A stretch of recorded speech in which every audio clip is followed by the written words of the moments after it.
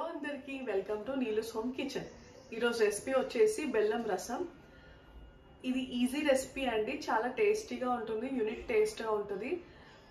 Health బాగాలేనప్పుడు, నోరు చేదుగా ఉన్నప్పుడు చాలా బెస్ట్ ఆప్షన్. కాన్స్టిపేషన్ నుండి హెల్ప్ అవుతుంది, డైజెషన్కి ఈజీగా అవుతుంది. అండ్ ఇది చాలా ఈజీగా చేసుకునే ప్రాసెస్ అండి. Come let's see the process. దీనికి కావాల్సిన ఇంగ్రీడియంట్స్: చిన్న నిమ్మకాయ సైజ్ అంతా చింతపండు తీసుకొని నానేసుకోండి. కొంచెం 1 పెద్ద ఉల్లిపాయ తీసుకొని హాఫ్ పెద్ద స్లైసెస్ కట్ చేసుకోండి సన్నగా, అండ్ ఒకటి హాఫ్ చిన్న చిన్న ముక్కలు కట్ చేసుకోండి. పచ్చిమిర్చి ఒక 2 చిన్నగా ఇలా ఇలా కట్ చేసుకోండి. కరివేపాకు, ఎండుమిరపకాయలు, తగినంత బెల్లం, మీ టేస్ట్కి తగినంత. ఒక బౌల్ పెట్టేసుకొని అందులో ఒక 2 పెద్ద గ్లాసెస్ ఆఫ్ వాటర్ పోసుకోండి. దాంట్లోనే మనం ముందుగా నానబెట్టుకున్న చింతపండు, హాఫ్ పెద్దగా సన్నగా తురుముకుందాం కదండి, అది కూడా ఆనియన్స్ వేసేసుకోండి. జాగరీ, బెల్లం, సాల్ట్ తగినంత, పసుపు, ఇవన్నీ బాగా మరిగించాలి. ఎంత అంటే ఇది హాఫ్ అవ్వాలండి ఈ వాటర్ మొత్తం.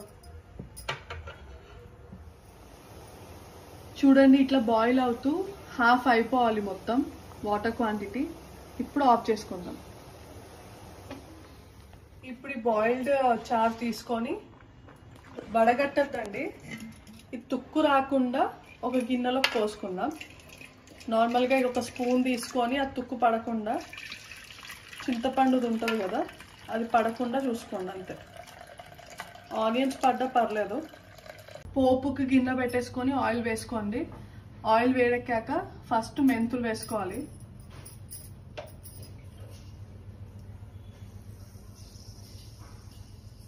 జీలకర్ర, ఆవాలు, ఈ ఉల్లిపాయలు, పచ్చిమిర్చి చాలా బాగా వేగాలండి, బ్రౌనిష్ అవ్వాలి. ఇదే ఇందులో టేస్ట్ అన్నమాట.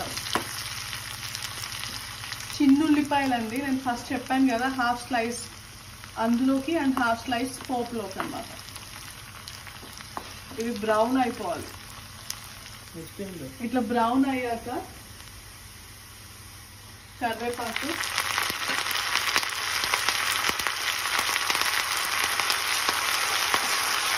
ఎండుమిరపకాయలు,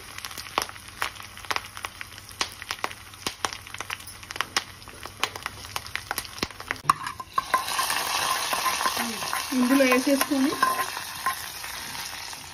కలిపేసుకోండి. సాల్ట్ అడ్జస్ట్ చేసుకోండి. కొత్తిమీర వేసేసుకోండి. అండి, ఇదే బెల్లం చారు.